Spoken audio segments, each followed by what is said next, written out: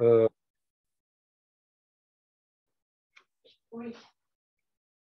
donc là, la présentation qu'on vous propose aujourd'hui du service France Rénov', c'est une présentation conjointe du CAUE qui gère le service pour 7 communautés de communes de Charente, les 7 communautés de communes, plus Grand Angoulême, l'Aglo et Grand Cognac.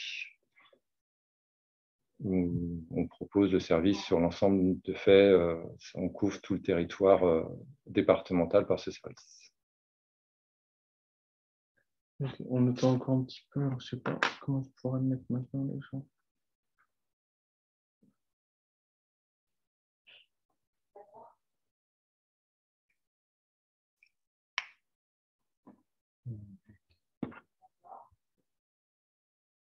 Bon, on va démarrer. Peut-être, juste parce que je ne sais pas si on voit ceux qui sont dans l'attention.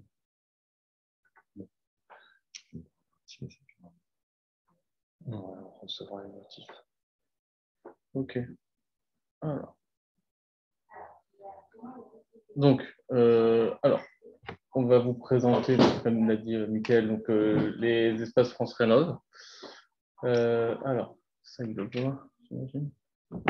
Voilà. Donc, France Rénov', c'est tout simplement le service public de la rénovation énergétique de l'habitat. Donc là, on va vous le présenter pour le département de la Charente. Donc, les espaces France Rénov', qu'est-ce que c'est? C'est un réseau national. Donc, ça a changé de nom pas mal de fois depuis la mise en place en 2001 par l'ADEME. Donc, ça a eu comme nom les espaces Info Énergie, les espaces PRIS, ou encore la dernière nomination qu'on a eue, c'était FAIR. Donc, aujourd'hui, c'est France Rénov'. Et donc, le rôle de ce service public, c'est de conseiller les particuliers gratuitement et de manière indépendante sur leurs projets de rénovation énergétique. Donc en France, il y a à peu près 450 espaces France Rénov' qui couvrent pratiquement la totalité du territoire, avec donc 1600, à peu près 1600 conseillers qui sont là pour les particuliers. France Rénov', c'est un service public qui est financé par les collectivités, la région, Nouvelle-Aquitaine pour notre cas, et également par les C2E. Donc C2E, pour certains qui connaissent, donc c'est un dispositif qui propose également des aides financières pour les particuliers, mais qui finance également des services d'accompagnement comme les nôtres. Donc les missions des conseillers France Rénov' et des espaces France Rénov' de manière générale, c'est d'informer les particuliers sur l'énergie, donc les moyens de l'économiser, d'utiliser les énergies renouvelables, donc en fonction de leur habitat, plusieurs particularités. Donc on s'adapte bien sûr en fonction du logement, de la typologie, l'année de construction, la région, etc.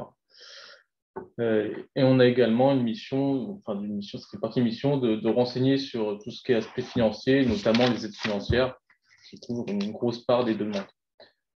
Et en parallèle, on va mener des actions d'animation auprès de particuliers et également de professionnels pour sensibiliser à la rénovation énergétique. Donc tous ces conseils, ils se font alors, soit sur rendez-vous, ça peut être par téléphone, ça peut être donc des personnes qui se présentent dans le locaux.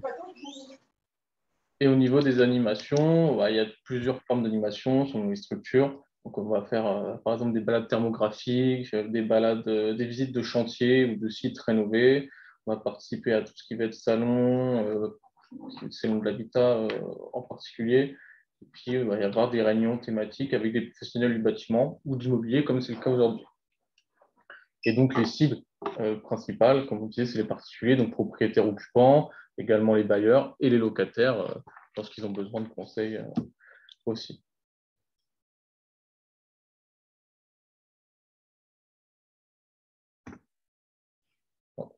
Petit souci technique.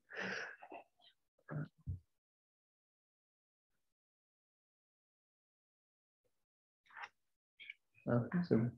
Okay. Ouais, donc c'est ça. Alors, comment ça se passe au niveau des conseils? Quel est le parcours du particulier? Donc, on va avoir plusieurs portes d'entrée. Alors, quand ils nous connaissent, ils viennent directement à nous. Et quand ils ne nous connaissent pas, ils peuvent s'adresser. Alors, le plus souvent, ça va être aux mairies, aux espaces France Service ou professionnels d'immobilier, notamment lorsqu'il y a un achat, une acquisition.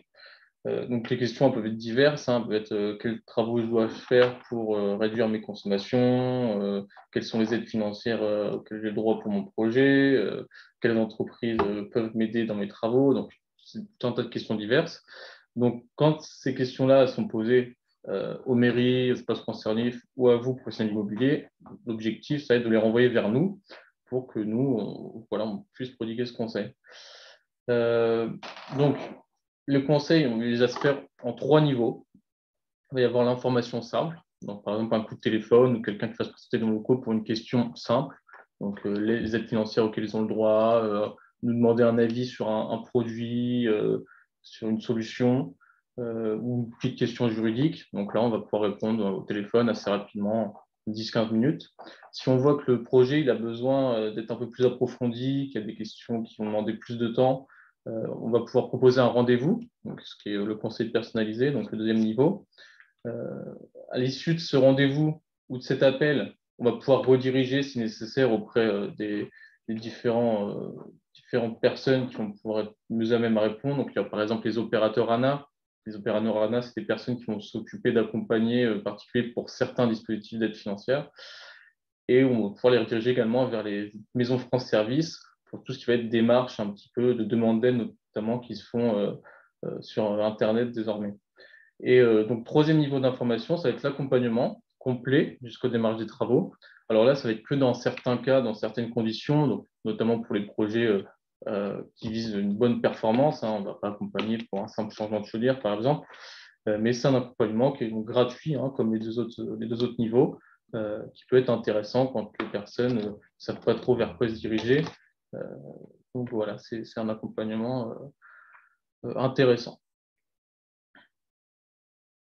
Donc les espaces France Service sur le département de la Charente, on en compte 3. Donc on a le Grand Cognac sur le territoire du même nom. On va avoir Grand Angoulême, la même chose. Donc c'est par le Grand Angoulême Habitat.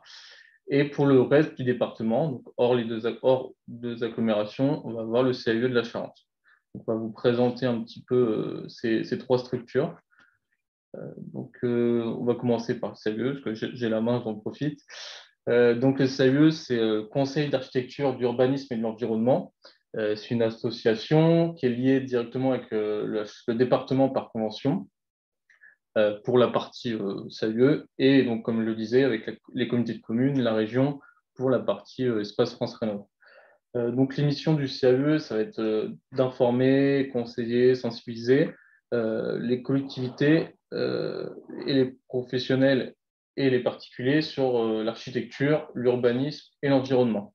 Donc, sur la partie collectivité, ça ne va pas trop vous concerner. Sur la partie particulier, donc on a 3 conseillers France Rénov' Énergie.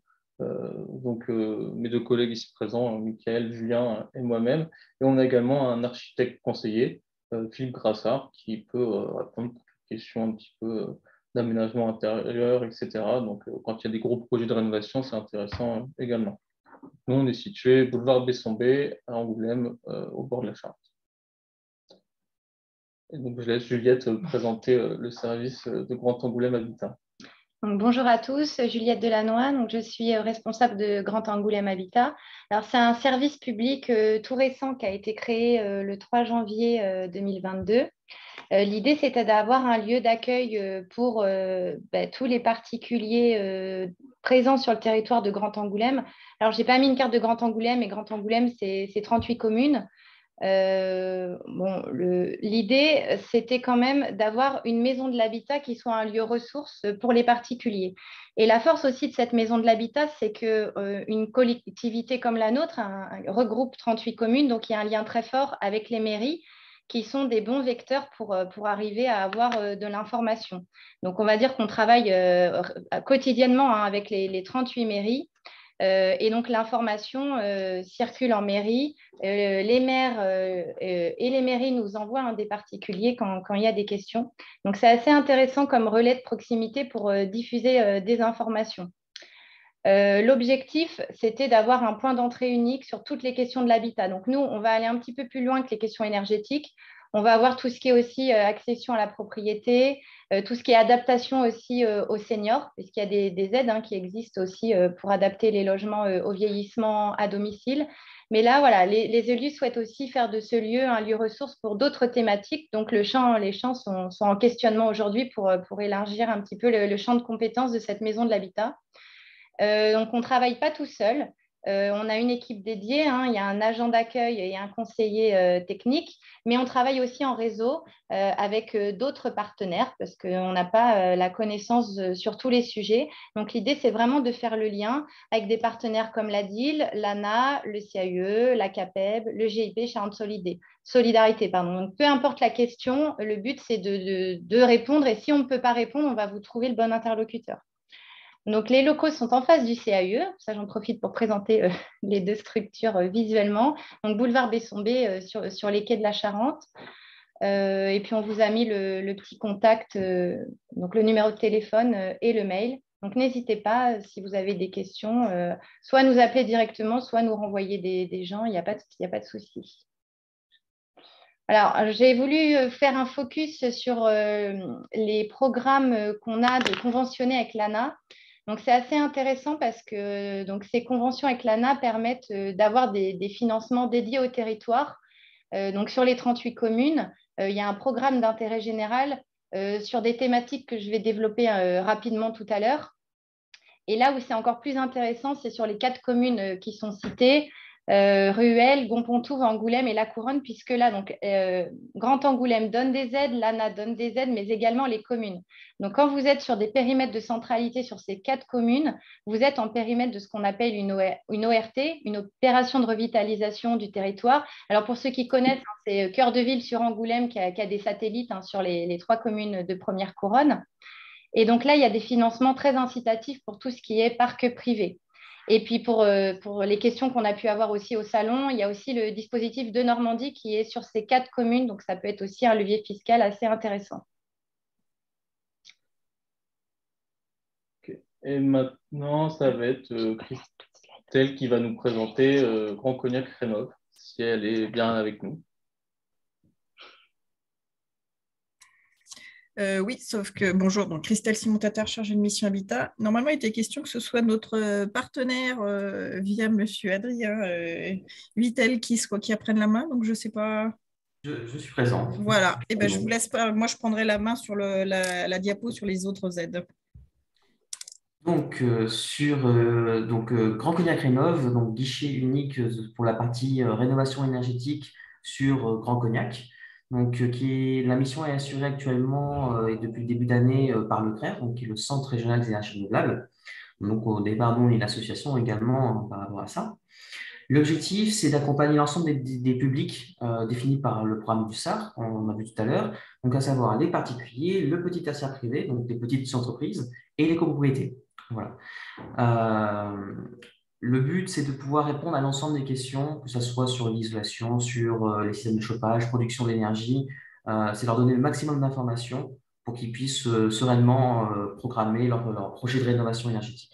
Voilà. Il y a la possibilité, donc, au niveau du CRER, d'avoir 7 conseillers énergie qui peuvent accompagner ces publics, vraiment du premier rendez-vous jusqu'à la visite des lieux. Alors, pour les visites, on intervient sur les particuliers et le petit tertiaire privé. Pour tout ce qui est visite éventuellement de copropriété, la mission est assurée par un autre service qui est chez Solia. Voilà. Donc, vous avez les coordonnées de Grand Cognac Rénov', juste en dessous. Qu'est-ce que je peux rajouter? Donc, on a également des lieux de permanence délocalisés. Donc, 4 lieux de permanence, on est présent une fois par mois. Pourquoi on a mis ça en place? Comme pour notre territoire, le but, c'est d'apporter le service à l'ensemble du territoire et même les personnes qui sont à mobilité réduite ou éloignées du numérique. Voilà. Le but, c'est qu'à moins de 20-25 km du territoire, chaque personne ait au moins une fois par mois accès à un conseiller en physique, en présentiel, qui puisse l'aider dans ses démarches, l'orienter, éventuellement voir des photos, des plans. Et souvent, le contact passe mieux en présentiel qu'au téléphone. Voilà, donc vous avez les dates présentes sur le territoire avec également les permanences de mes collègues. Merci. Et donc, voilà, vous pouvez voir aussi que le CAE a des permanences aussi sur l'ensemble du département, parce que c'est forcément compliqué pour les gens qui habitent tout au nord ou tout au sud de se déplacer à Angoulême. Donc, pareil, vous avez les dates de ces permanences. Euh, Voilà, donc pour ne pas se limiter à la présentation de France Rénov et des trois structures, on va aussi vous présenter un petit peu enfin, deux autres points, et notamment les évolutions réglementaires qu'il y a pu avoir récemment avec la loi climat. Donc c'est Mickaël qui va se charger de Avant présenter tout ça, est-ce ça. qu'on peut, s'il y a des questions, on peut regarder le film de discussion éventuellement. Ah oui, effectivement. alors, c'est pas comment on peut le voir. On va arrêter le partage. Sinon, tu mets échappe et tu... Ouais. Voilà. C'est en haut, dans discussion. Voilà, il y a une question. Ouais, alors on va juste prendre une question. Bon, Alors, c'était juste un C'est mot. Alexandra qui dit bonjour. On peut prendre une ou deux questions s'il y a des personnes qui ont besoin de précision sur ce qu'on vient de présenter sur le service. Sinon, on passe à la suite. Est-ce que les missions sont claires? Est-ce que la répartition est claire?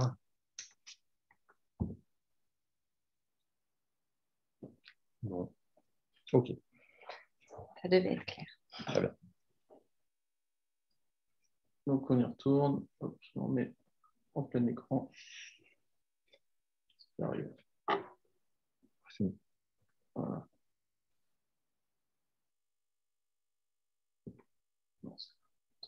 Non, ouais. Voilà, donc Mickaël va vous présenter les évolutions réglementaires récentes sur tout ce qui est lié à l'habitat. Alors, on va aborder 3 points alors, que vous connaissez sûrement, mais pour être sûr qu'on ait à peu près tous le même niveau d'information. Il y a les questions de l'obligation d'un audit énergétique en cas de vente de logement en fonction de la classe énergétique du DPE et qui commence à partir de l'obligation à partir du 1er septembre de cette année pour les logements qui sont classés en F ou en G. Avec un échelonnement en fonction des étiquettes énergie, donc 2025 pour les logements classés en E et 2034 pour les logements classés en D. Ça, c'est une obligation d'avoir un audit énergétique en plus du DPE qui peut être fourni, qui sera fourni à l'acheteur. Il n'y a pas d'obligation de faire les travaux, mais il y a un audit et l'audit doit comporter au moins 2 éléments, 2 scénarios. Qui, en fonction de la classe énergétique, par exemple F ou G, il faut un scénario qui amène soit en une étape, soit en plusieurs étapes, à un classement C, une fois tous les travaux réalisés, et pour les classes E et D, un classement en B. Donc les 2 scénarios, c'est un scénario travaux tout d'un coup ou par étape. C'est les gros éléments de cette partie-là. On va passer sur la partie après. Ce qui va déboucher aussi sur des questions sur le classement de décence des logements, où là, on va avoir, en fonction de la classe énergétique, des interdictions de location de certains logements en fonction de la classe énergétique. Donc, ça démarre un petit peu en 2023 sur des logements qui auraient une consommation énergétique supérieure à 450 kWh par mètre carré et par an en énergie finale. Donc, ce n'est pas le classement du DPE. Ça va être vraiment des logements très, très dégradés. Après, on va passer sur les classes énergétiques G, F et E de 2025 à 2034, sachant que très, très vite, au 1er août, il va y avoir pour les logements les moins bien classés en F ou en G des interdictions d'augmenter ou de réviser les loyers, par un gel des loyers. Donc voilà, il y a le côté incitatif de changement de réaliser des travaux pour pouvoir continuer à louer ces logements et qui sont les nouveaux critères de décence. Tout ça en lien avec le DPE qui, lui, a évolué depuis le 1er juillet. Alors, sur plusieurs éléments. Donc, déjà, il devient opposable. Il n'y a plus qu'une seule méthode. Avant de juillet, sur les logements d'avant 48, il pouvait y avoir un système d'étiquette sur facture. voire des DPE vierges parce que pas de système de chauffage. Le fait maintenant, il y a forcément un calcul avec une méthode 3CL. Il y a eu un test et des réajustements qui ont été faits entre le 1er juillet 2021 et novembre 2021. Sur des bâtiments d'avant 75, la nouvelle méthode de calcul a montré des problèmes de calcul. Il en ressort qu'il y a des réajustements qui doivent être faits. Les logements qui étaient avant 75 et dont les nouveaux DPE ont été faits entre le 1er juillet et novembre 2021, il y a des nouveaux DPE qui sont refaits, réédités avec les ajustements de la méthode de calcul qui est parue en novembre l'année dernière. Et ceux qui étaient classés E ou D, il pouvait y avoir une demande. C'était pas autant en F et G, on change, il y a un recalcul et une réédition automatique sur E et D. Il fallait qu'il y ait une demande pour le faire. Et il y a quelques évolutions, on est plus large sur les champs couverts. Il y a 5 postes. Il y a des informations générales sur le confort d'été aussi, chose qui n'était pas du tout prise en compte jusque-là. Et la classe énergétique, on avait 2 étiquettes au préalable. Une étiquette énergie, une étiquette climat, et avec des classements différents. Là, on a une seule étiquette qui prend la plus mauvaise des deux entre l'énergie et le climat. Donc, on pourrait, par exemple, avoir un logement qui soit sur la partie climat kilowatt, qui soit, par exemple, la 8, donc plutôt B, classé B, mais une consommation énergétique qui est plutôt dans la classe D, donc la classe qui est affichée au niveau du DPE, la classe D. On prend tout le temps la classe la moins performante pour l'afficher, et on reste sur les obligations légales d'affichage des étiquettes dans les annonces, quelles qu'elles soient. Et pas que par les agences immobilières, par les particuliers aussi, quand ils font des ventes en direct. Les anciens DPE ont une durée de vie, normalement le DPE il est valable 10 ans. Sur les DPE qui ont été faits très tôt, sur les anciennes méthodes de calcul, ils ont leur durée de vie qui est toute raccourcie. Attends, je reprends mes notes pour ne pas dire de bêtises. Tous ceux qui ont été faits avant le 1er janvier 2018, ils vont être valables jusqu'à la fin de cette année. Ils perdent leur validité, donc de fait, ils devront être refaits à ce moment-là.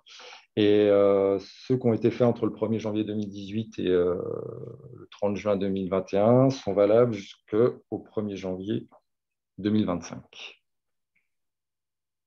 Donc ils sont potentiellement beaucoup plus courts. Voilà pour les grandes évolutions sur les 3 éléments qui me paraissaient importants à rappeler, qui interviennent dans les cas de vente ou de location de logement. Donc, avant de passer à la suite, comme tout à l'heure, si jamais il y a des questions sur toutes ces questions-là, on est à l'écoute. Alors, une question de Sandra. Serait-il possible d'avoir ces slides par mail? On pourra vous les transmettre, je pense qu'il n'y aura pas de souci. Il faut que vous envoyiez vos adresses mail, que vous nous envoyez un mail à contact@caie16 ou info, non, mais vas-y, mais celle-ci. On va vous mettre dans le chat. infoénergie@caie16.fr. Comme ça, on aura vos adresses et puis on pourra vous l'envoyer. Et il y aura également possibilité donc, de vous envoyer aussi le replay de la vidéo, de cette présentation, pour vos collègues, par exemple, qui n'auraient pas pu être présents. Vous avez le mail dans le chat. S'il y a quelques questions, vous pouvez les poser en direct. Ouais. On passe à la suite, c'est bon? Bon, du coup, Julien va vous présenter la valeur verte. Alors, la valeur verte, vous en avez sans doute entendu parler. C'est une notion qui vise à identifier la plus-value ou la moins-value d'un bien immobilier lié à sa performance énergétique, donc à sa classe, son étiquette énergie carbone. C'est en fait basé sur une base de données de transactions immobilières des notaires. Par laquelle on essaye, je ne sais pas quels sont les processus de calcul, parce qu'en fait, il faut réussir à extraire cette performance énergétique des autres caractéristiques du logement. Donc, on compare des logements qui ont à peu près les mêmes caractéristiques, mais avec des performances énergétiques différentes. Donc, C'est une étude qui paraît, alors je ne saurais pas dire peut-être tous les 2 ans, enfin en tout cas la dernière, elle date de 2020, qui est donc issue de la Chambre des notaires nationale et qui est régionalisée. Donc là, vous avez les chiffres de Nouvelle-Aquitaine. Alors comment lire ça? Donc à gauche, vous avez les maisons, à droite, les appartements. L'étiquette pivot, celle par rapport à laquelle on compare, c'est la D. Et donc, si je prends les maisons individuelles, des logements qui sont classés en A ou B, en moyenne, vont se vendre 12% plus cher que à peu près les mêmes logements classés en D. Et à l'inverse, une étiquette F ou G va provoquer une moins-value de 20% par rapport à même caractéristiques de maison classées en D. Voilà, donc évidemment, là, on est sur la Nouvelle-Aquitaine, donc ça recoupe des réalités très, très diverses, hein, centre-ville de Bordeaux et puis le fin fond de la Corrèze. Donc, bon, on a demandé les valeurs, si on pouvait avoir les valeurs en Charente, mais apparemment, c'est un peu compliqué. Donc là, ça reste au niveau régional. Voilà. Alors, on a voulu prendre des exemples parce que vous voyez tous et toutes passer des logements et vous menez des transactions, vous voyez des étiquettes énergie, donc vous avez un peu des repères par rapport à ça. Ce qu'on a pensé intéressant de voir, c'est quels sont les travaux qui permettent réellement des changements de classe énergétique. Donc, on a pris 3 types d'exemples. Le premier, c'est une maison de bourg hein, ou de centre-ville, mitoyenne des deux côtés, fin 19e, donc avec une typologie classique, rez-de-chaussée, étage, avec des caractéristiques de départ qu'on voit souvent passer quand peu de travaux ont été faits, hein, c'est-à-dire qu'on a du simple vitrage, ce sont des murs en pierre calcaire sans isolation, une cave avec un plancher qui sépare et les combles avec une petite isolation, parce que c'est quand même très rare qu'il n'y ait aucune isolation dans les combles. En général, il y en a une très vieille au minimum et une chaudière gaz qui a déjà un certain âge. Donc ça, c'est la situation de départ. Alors, désolé, ça va être un petit peu plus compliqué que ça aurait dû l'être en compréhension, puisqu'on devait avoir une animation et puis on a dû changer de version pour présenter ça. Mais je vais essayer, c'est-à-dire que la situation de départ, elle est ici. Vous voyez mon curseur là sur le... C'est pas sûr. Est-ce que... Oui. Ouais, Ok, bon. merci. Et donc, ça, c'est la situation de départ. Donc, vous voyez le schéma, on a une petite isolation en comble. On est donc classé dans le haut du E. D'accord? On améliore l'isolation des combles, on passe à une trentaine de centimètres. On a un petit gain, mais qui est quand même pas spectaculaire, parce qu'il faut savoir qu'on dit couramment que les combles, c'est la première source de déperdition de chaleur. C'est vrai. Encore que ça peut être les murs hein, dans certaines configurations. Mais dès qu'on a une petite épaisseur d'isolation, quelle que soit la paroi, le fait d'en rajouter, on va faire un gain qui est jamais très spectaculaire, qui existe. Mais... Donc voilà, ça, on isole les combles, on gagne un petit peu. Deuxième mesure que les gens mettent souvent en place, c'est changer les huisseries. Et le petit signe là, c'est une ventilation, puisque quand on rend les fenêtres plus hermétiques, il faut en général mettre en place une ventilation, sinon on peut avoir des soucis. Et donc là, vous voyez qu'il y a à nouveau un petit gain hein, de 10-15 kWh mètre carré. Si on a voulu simplement changer la chaudière, on arrive à peu près au même niveau. Hein. Alors attention, ce sont des exemples. Hein. On a fait des vraies simulations sur des vrais exemples, mais ce n'est pas systématiquement transposable à n'importe quelle situation du même type. Mais ça, voilà, ça fixe un peu les idées. Là où on voit qu'on gagne vraiment qu'on gagne vraiment des classes énergétiques et qu'on fait des bonds en avant, c'est quand on commence à isoler les murs, parce que ça a beau être des murs de 45 cm d'épaisseur, qui ont des propriétés intéressantes par ailleurs, hein, la chaleur, elle passe quand même à travers. Hein. Donc tant qu'on n'a pas doublé les murs de ce genre de construction, ça reste... voilà, on n'arrivera jamais à vraiment aller dans les classes énergétiques basses. Et donc là, vous voyez, on est dans le haut du C. Si en plus j'isole le plancher qui sépare l'espace de vie de la cave, on arrive en B, enfin, dans cet exemple. Et donc là, on a à peu près tout fait en termes de ce qu'on appelle, nous, l'enveloppe, hein, c'est-à-dire tout ce qui est isolation autour. Si, alors, pourquoi est-ce que la chaudière… Tout électrique. Oui, ça c'est électrique, pardon. Parce que là, on n'a pas changé la chaudière, hein, on a juste amélioré toute l'isolation. Là, on a pris l'exemple de uniquement changement de chaudière pour vous donner des ordres de grandeur de gain que ça peut représenter. Là, quand j'arrive en B, c'est en changeant en mettant en place toute l'isolation, mais sans changer de chauffage. Donc, il y aura évidemment un petit gain supplémentaire en changeant la chaudière ou en mettant un autre système.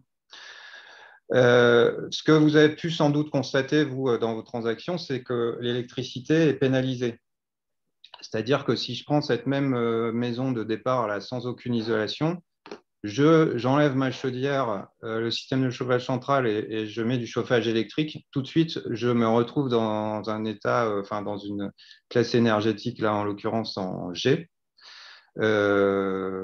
Pourquoi? Parce que chaque kilowattheure électrique est comptabilisé à peu près 2,5 fois. Un kilowattheure électrique final correspond à 2,5 kWh en énergie primaire. Ils sont passés à 2,3 sur le DPE, hein, c'est ça. On est à 2,3 maintenant, mais donc, en tout cas, l'électricité amène un même logement chauffé à l'électricité va être beaucoup moins bien noté qu'un logement chauffé avec une autre énergie. Et si je suis en chauffage électrique, mais avec l'ensemble, tout bien isolé, ventilation changée, etc., bon, on n'est quand même pas si mal, mais on sera évidemment en dessous de la situation isolée, de la situation avec le chauffage initial. Ça va, c'est clair jusque-là? Donc, en tout cas, voilà, l'isolation des murs reste quelque chose de primordial dans tous les cas. Alors, deuxième exemple. On a une maison des années… alors, il ne veut plus défiler là. Ouais. On a une maison donc, des années 60. Hein, bon, vous reconnaissez ce genre de maison avec un sous-sol, des murs en parpaing, avec un doublage en briquettes et un vide. Des combles perdus, encore une fois, légèrement isolés, et un plancher ourdi sur le sous-sol. Du simple vitrage et une chaudière ancienne. Là, alors, bon, là, je vais aller plus vite parce qu'en fait, on retrouve à peu près les mêmes enseignements. Hein. C'est un peu décalé parce que ce genre de mur est plus faible qu'un mur en pierre épais, mine de rien, et puis qu'il n'y a pas les mitoyennetés qu'on avait dans le premier exemple. Donc, on part d'une situation de départ un peu moins bonne et on augmente à peu près de la même manière, hein, même si ce n'est pas dans les mêmes échelles, parce que, par exemple, les surfaces vitrées, souvent sur ces maisons-là, sont un peu plus importantes, donc on va faire un peu plus de gains. Et le sous-sol a une importance aussi souvent plus importante dans les déperditions.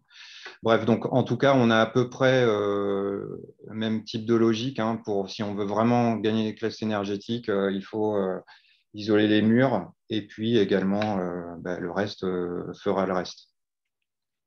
Et la même logique sur l'électricité en chauffage qui pénalise.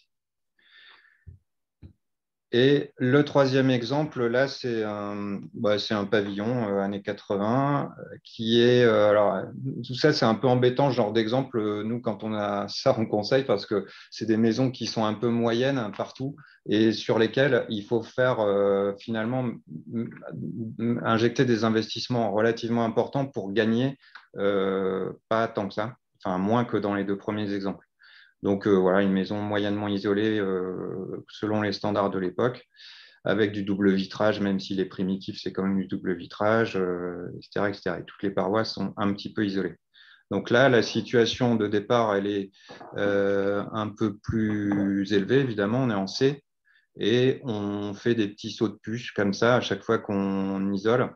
Là, on a pris l'exemple d'une isolation par l'extérieur, avec le changement de visserie, changement de ventilation qui fait passer en B.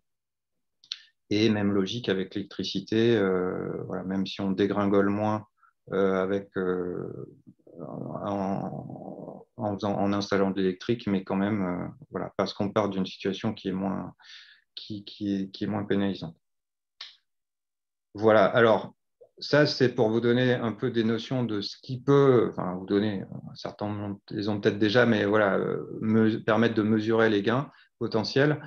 Après, on a voulu faire des simulations économiques en prenant, alors là, on a pris uniquement la maison du milieu, là, la maison des années 60 comme exemple. C'est donc un logement considéré 150 000 euros. Je ne sais pas, vous nous direz si ça reste dans les prix aujourd'hui. Ça dépend où elle est, évidemment. Donc, avec un certain nombre de travaux que l'on a vus précédemment et qu'on a chiffrés. Alors là aussi, aujourd'hui, il y a des augmentations dans les coûts de vie, mais grossièrement, on met 26 000 euros sur la valeur d'achat initiale, avec 15 000 euros de plus si c'est une isolation par l'extérieur qui va être plus coûteuse, évidemment, qui va avoir d'autres avantages. Et ce que l'on constate, c'est que ne serait-ce qu'avec la plus-value initiale dont on a parlé avec les diagrammes, alors je vais peut-être revenir dessus quand même, parce que pourquoi 19%? Parce qu'en fait, là, on passe de E à B, et donc on a additionné les 12 et les 7%, les moins 7 et les 12, plus 12%. Ce qui ferait une variation de 19% sur la valeur totale du bien.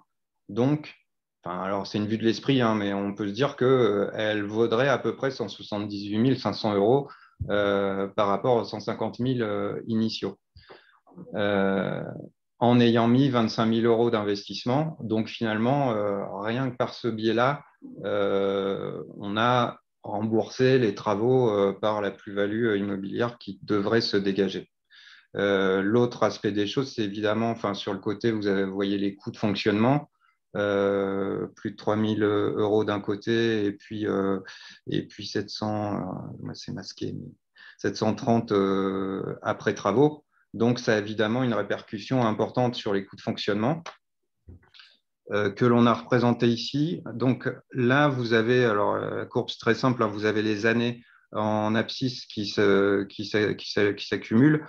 Le coût initial, soit d'acquisition seul pour la courbe orange, c'est celle où on ne ferait rien du tout comme travaux, et acquisition plus travaux sur la courbe verte. Et au fur et à mesure, on ajoute les coûts de fonctionnement annuels. Et on se rend compte que, alors c'est des simulations avec le coût de l'énergie actuelle, avec des hypothèses sur les pourcentages de hausse, qui valent ce qu'elles valent sur 15 ans, mais ce sont des hypothèses. Et on se rend compte qu'on a gagné, par rapport à une situation où on ne ferait rien, on a une économie financière globale de 20 000 euros au bout de 15 ans, qui s'ajoute donc à la plus-value financière, la plus-value de la valeur du bien que par la simple transaction et les travaux qui ont été effectués. Voilà, j'espère que c'est clair ce que je raconte. Le deuxième exemple, c'est la même maison. Mais cette fois-ci, on n'a pas tout à fait les mêmes écarts parce qu'on a choisi une isolation par l'extérieur qui est plus coûteuse et qui finalement, alors plus ou moins, va induire les mêmes gains de consommation, mais qui va permettre un gain de confort, qui va permettre pas de perte de surface intérieure. Enfin voilà, il y a d'autres avantages. Je pense d'ailleurs qu'en plus-value, on devrait être un peu supérieur si on est isolé par l'extérieur que par l'intérieur, ne serait-ce que par la surface justement. Et là, on gagne quand même un gain. Au bout de 14 ans, on a récupéré la mise initiale simplement en consommation et 5 000 euros de gain au bout de 15 ans. Voilà pour ces exemples, pour donner 2-3 ordres de grandeur. Donc finalement, alors, il y aurait plusieurs conclusions à tout ça, ce qu'on vient de dire, mais en fait, ce qui est important de voir, c'est que si on s'arrête à ce que les gens ont comme projet très souvent, on voit très souvent des gens qui viennent au moment où il y a où il y a une acquisition et qui n'ont l'intention que de changer les huisseries, de changer la chaudière. Quand on ne fait que ça, de surisoler les combles, finalement, on passe à côté du plus gros gisement. Et donc, c'est important et c'est pour ça qu'on est là, nous, Espace France Rénov' sur le territoire, c'est important de faire le point avec eux de ce qui peut être fait comme travaux, de hiérarchiser tout ça et de les aider à faire un peu ce type de simulation le cas échéant. Et oui, la deuxième chose, là, au niveau c'est que parfois, donc on peut exécuter un certain nombre de travaux de manière court-termiste et par la suite, un jour ou l'autre, il va falloir faire le reste, puisque le contexte énergétique va nous y obliger. Et finalement, c'est un mauvais calcul parce qu'il y a toujours des interfaces qui sont mal gérées entre les fenêtres et les murs, entre tout un tas de jonctions comme ça, qui finalement engendrent des malfaçons et des surcoûts. Donc, c'est important au moins de prévoir les choses dès le départ, même si ce n'est pas fait tout de suite, mais de les anticiper pour prévenir ces problèmes-là. Voilà. On va peut-être prendre s'il y a des questions de compréhension au moins sur cette partie-là. Sinon, c'est que soit c'est pas intéressant du tout, soit c'est clair. Non? Bon, de toute façon, on pourrait y revenir à la fin. Alors, on va passer sur les aides financières. Pardon. Là, sur les aides financières, je vais brosser rapidement. Il y en a d'autres, hein, mais les grosses aides mobilisées d'une manière générale sur des projets de rénovation qu'on peut voir. Grand Cognac et Grand Angoulême préciseront juste après des dispositifs locaux qu'ils ont mis en place. Les deux gros systèmes d'aide en aide directe qui sont mobilisés généralement pour des projets de rénovation, c'est MaPrimeRénov', qui est la prime d'État qui remplace le crédit d'impôt, et les aides des fournisseurs d'énergie, appelées aussi prime certificat d'économie d'énergie. Ça, c'est vraiment les deux gros systèmes d'aide. On ne va pas rentrer dans le détail des différentes, parce qu'il y a des conditions de ressources, de performance, des montants variables. Donc ça, c'est vraiment aussi notre travail, en plus des questions techniques, de bien expliquer en fonction de la situation de chaque demandeur à quoi il a le droit. En complément de ces aides-là, il y a des systèmes de financement qui peuvent être mobilisés, ou plutôt des prêts. Donc, il y a l'éco-prêt zéro qui existe depuis longtemps, qui est relativement connu, qu'on peut mobiliser pour 1, 2 ou 3 travaux et plus, avec des montants variables en fonction. On va démarrer à 7 000 € pour changer juste des fenêtres, 15 000 pour un système de chauffage, monter à 20 et 30 000 quand on va faire des bouquets de travaux.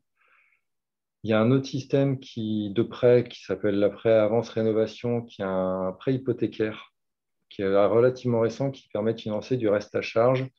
Et c'est un donc prêt hypothécaire, c'est-à-dire que le prêt peut être remboursé qu'au niveau uniquement les intérêts dès le début du prêt, ou tout intérêt et principal remboursé au moment de la mutation du bien, c'est-à-dire à sa vente. Voilà. Du fait, il y a une hypothèque dessus. Et il y a des systèmes type Procivis, c'est le système La Carte, qui est un système de caisse d'avance qui n'est pas mobilisable, celui-ci directement par les particuliers, mais qui peut être mobilisé par des opérateurs de l'ANA, entre autres, sur des dispositifs d'aide dédiés à des personnes à condition de ressources modestes et très modestes. Ça, c'est les grands dispositifs généraux. En cas de bailleur et s'il y a des logements conventionnés, il y a le système Locavantage de l'ANA qui peut être mobilisé aussi. Alors, MaPrimeRénov', je reviens, j'oubliais, MaPrimeRénov' et les C2E peuvent être mobilisés qu'on soit propriétaire occupant ou propriétaire bailleur. La région a un système d'aide, mais qui est dédié à la question de l'audit énergétique et de l'accompagnement aux travaux. Et le département de la Charente a aussi des systèmes d'aide qui viennent en complément de MaPrimeRénov' Sérénité, qui est le programme de l'ANA, et des aides locales que peuvent proposer Grand Angoulême ou Grand Cognac. Et un système d'aide pour les personnes très modestes, spécifique, pour les personnes de plus de 65 ans et qui auraient des travaux très généraux. Donc, il y a une partie énergie, mais ça, c'est une aide en plus qui peut être mobilisée sur d'autres choses, un remaniement de toiture ou des choses comme ça. Et pour les retraités, éventuellement, les caisses de retraite ou les complémentaires qui peuvent être sollicités. Ça, c'est d'une manière générale et assez succincte les aides financières. Donc, on voit qu'il y en a beaucoup D'où la nécessité, avec des conditions de ressources, plein de petites conditions qui nécessitent de prendre le temps en fonction de chaque projet, de bien aider les particuliers. C'est notre rôle à voir ce qu'ils peuvent mobiliser, dans quelle mesure, dans quel niveau, et de faire des petits plans de financement avec eux. Je vais laisser Grand Angoulême et Grand Cognac présenter leur dispositif propre. Alors, sur Grand Angoulême, donc comme je vous le disais tout à l'heure, Grand Angoulême a contractualisé avec l'Agence nationale de l'habitat 2 programmes qui permet de bénéficier de subventions de l'ANA. Alors, je ne vais pas rentrer dans le détail, mais qui peuvent être très intéressantes, soumis à plafond de ressources, donc modeste et très modeste. Vous avez les plafonds de ressources qui sont sur le site de l'ANA, hein, si vous êtes curieux. Mais après, n'hésitez pas à nous envoyer encore une fois les personnes sur les différentes structures. Alors, il y a 3 grands volets pour les propriétaires occupants. Je vais pas les développer, mais c'est quand même important de bien comprendre. Un volet sur la lutte contre la précarité énergétique. Donc là, on va être sur les travaux classiques liés à l'énergie. Et le gain attendu est de 35%. Donc, c'est quand même des projets assez complets. C'est des projets, on en parlait tout à l'heure, hein, l'intérêt de l'ANA, c'est aussi de pousser à des rénovations globales qui sont les plus intéressantes aussi pour les foyers, pour le gain énergétique et puis pour derrière la facture et les charges qui vont être liées au logement. Et j'en profite pour vous rappeler aussi le pass accession donc qui va avec ces dispositifs de l'ANA. C'est un dispositif d'accession sociale à la propriété. Donc, c'est pareil, c'est soumis à plafond de ressources. Et c'est une aide de 6 000 € pour les très modestes et de 4 000 € pour les modestes pour l'achat d'un bien de plus de 30 ans à rénover sur les 38 communes de Grand Angoulême. Et ce qui est intéressant, c'est qu'on a une quinzaine de communes qui abondent aussi le dispositif. Donc, sur certaines communes, cette aide à l'accession, elle peut être de 10 000 €, puisque quand l'agglo donne 6 000, la commune donne 4 000. C'est très intéressant. Et là, on est vraiment sur une aide à l'accession. On n'est pas sur une aide aux travaux. Donc, vous avez l'aide aux travaux en plus. Donc, ça fait des plans de financement assez intéressants. Ensuite, il y a tout le volet lié au vieillissement et au handicap avec l'adaptation, hein. Donc là, c'est aussi soumis à critères de ressources et à critères d'âge ou alors liés au handicap. Et là, il y a quand même un vrai enjeu hein, de maintien à domicile sur le territoire. Donc, c'est pareil, c'est des enveloppes qui ne sont pas suffisamment mobilisées. Donc, on essaye aussi de promouvoir ces aides parce qu'on a beaucoup de gens aussi, de personnes âgées qui sont éligibles et qui ne les demandent pas. Donc, je pense que c'est l'affaire de tous, hein. Si vous avez même autour de vous des gens qui ont besoin, bah, souvent, ils sont éligibles aux aides. Donc, ça peut être intéressant. Ensuite, il y a un volet insalubrité, habitat indigne. Donc là, c'est vraiment du dur, hein, mais on en voit aussi sur le territoire. Donc, il faut savoir que ça existe. Et là, c'est un programme du département pour lequel les collectivités comme les nôtres abondent. Et après, il y a tout un volet pour les propriétaires bailleurs. Alors, avec des aides là, à la fois à l'achat, donc c'est le pass investissement. Donc ici, c'est une aide spécifique de Grand Angoulême pour l'achat d'immeubles vacants de plus de 100 mètres carrés en centralité des 38 communes. Donc là, il y a quelques conditions à remplir. Il faut que l'immeuble soit vacant au moins depuis 2 ans, qu'il soit très dégradé. Et après, en contrepartie, on demande un ravalement de façade et on demande aussi, enfin, on sera regardant sur les typologies qui vont sortir. Le but, ce n'est pas de sortir des toutes petites typologies si ce n'est pas approprié. Et il y a quand même besoin de loger parfois des familles en centralité. Donc, on va être regardant aussi à ne pas faire que des T1 ou des T2. Donc, il y a un équilibre aussi sur le logement familial. Dans des proportions raisonnables et si la typologie du bien s'y prête, hein, bien sûr, on ne vient pas créer des contraintes abusives. Et il y a aussi un enjeu de développer des petites typologies. Donc là, c'est encore un autre dispositif. Donc là, on va favoriser aussi des petites typologies pour les personnes âgées, les étudiants en centralité. Et donc, l'aide de Grand Angoulême pour les travaux, là, elle peut aller jusqu'à 5 000 € en complément des aides de l'ANA. Et la condition, c'est qu'il faut faire un loyer conventionné avec l'ANA. Donc, c'est pareil, c'est du donnant-donnant, hein, on va dire. C'est-à-dire que vous avez des aides publiques pour vous aider à concrétiser votre projet, mais en contrepartie, le loyer sera plafonné et encadré. Et c'est-à-dire que vous pourrez aussi, on sera regardant aussi sur le public qui va être dedans, mais au niveau de ses ressources. Après, c'est le bailleur qui choisit son locataire, il n'y a pas de souci. Voilà, je pense qu'on a fait le tour. Donc, cette fois, Christelle Simon-Tatard, donc Grand Cognac, va présenter leur dispositif. Alors, bonjour. Donc, sur le territoire de Grand Cognac, effectivement, pour le moment, nous n'avons pas encore mis en place les dispositifs du même type que Grand Angoulême en termes de PIG et DOPA. RU, c'est un projet. Donc, voilà. Mais en attendant, en fait, Grand Cognac a souhaité, depuis la fin du PIG départemental qu'il y a eu jusqu'en 2018, continuer à pouvoir accompagner en fait l'amélioration des logements sur les dossiers qui sont agréés par l'ANA Charente. Donc aujourd'hui, ce qui a été mis en place par rapport à la plateforme de rénovation énergétique, qui chez nous a pris le nom de Grand Cognac Rénov', c'est d'avoir en fait un guichet unique qui permettent à la fois de répondre aux propriétaires occupants, propriétaires bailleurs, à la fois en fait sur la partie amélioration du logement dans sa globalité et en fonction en fait de profil de la personne et de son projet, et ben d'orienter donc les personnes via la plateforme de la rénovation énergétique en elle-même confiée au CRER. Donc là, c'est vraiment plutôt les travaux qui seraient orientés avec une demande auprès de MaPrimeRénov'. Ou alors, pour les dossiers qui seraient éligibles aux aides de l'ANA côté Charente, et ben, en fait, de les orienter pour le moment vers le partenaire ANA Charente. Et lorsque nous aurons notre opérateur pour le suivi animation Pigopa, en interne, donc de basculer en fait l'accompagnement vers cet opérateur qui, on l'espère, sera prochainement mis en place.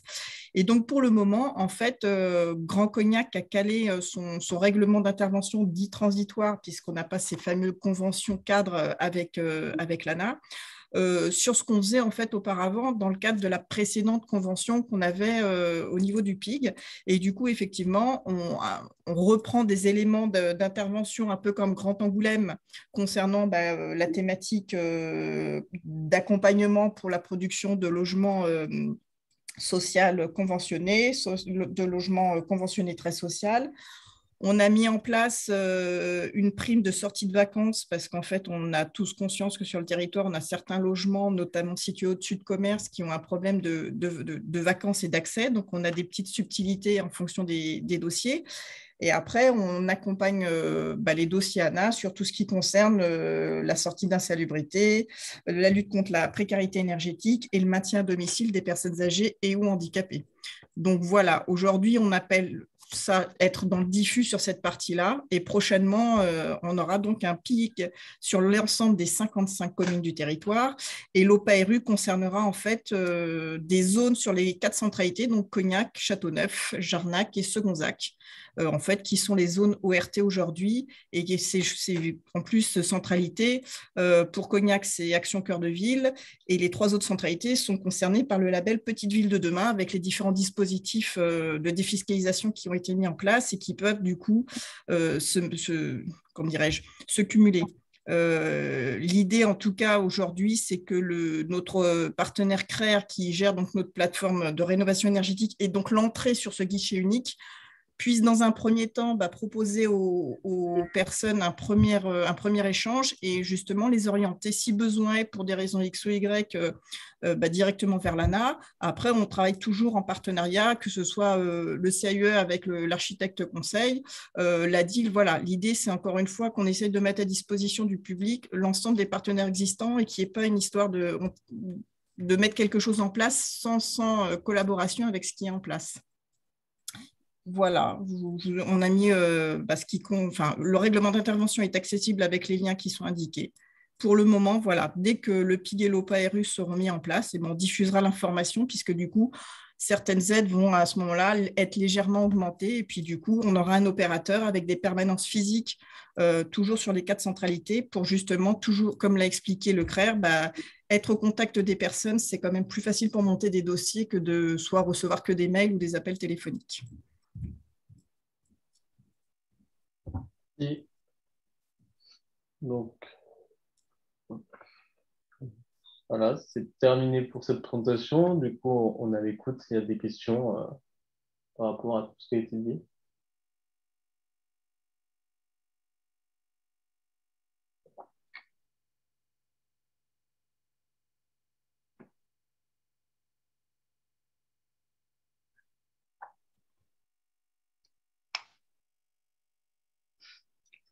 Pas de questions? S'il n'y a pas de questions, bon, on va pouvoir arrêter cette présentation. De toute façon, hein, vous avez les coordonnées hein, qui étaient présents dans cette présentation. Vous pouvez les retrouver aussi sur le site francerénov.gouv.fr. Vous pouvez rechercher par code postal la structure par localité. Et voilà, on reste disponible en cas de besoin. En tout cas, n'hésitez pas à renvoyer certains de vos prospects ou de vos clients sur nous pour qu'ils aient les idées claires sur les travaux à réaliser, sur les aides potentielles. Et puis, et vous aussi, si vous avez des questions sur tout ça, n'hésitez pas hein, à appeler l'interlocuteur qui correspond à votre territoire d'action, enfin en tout cas au logement qui est concerné. Merci. Merci à vous. Merci beaucoup pour cette présentation à tous les quatre. Merci. Merci. Merci. À bientôt. Au revoir. Au revoir. Au revoir. Au revoir.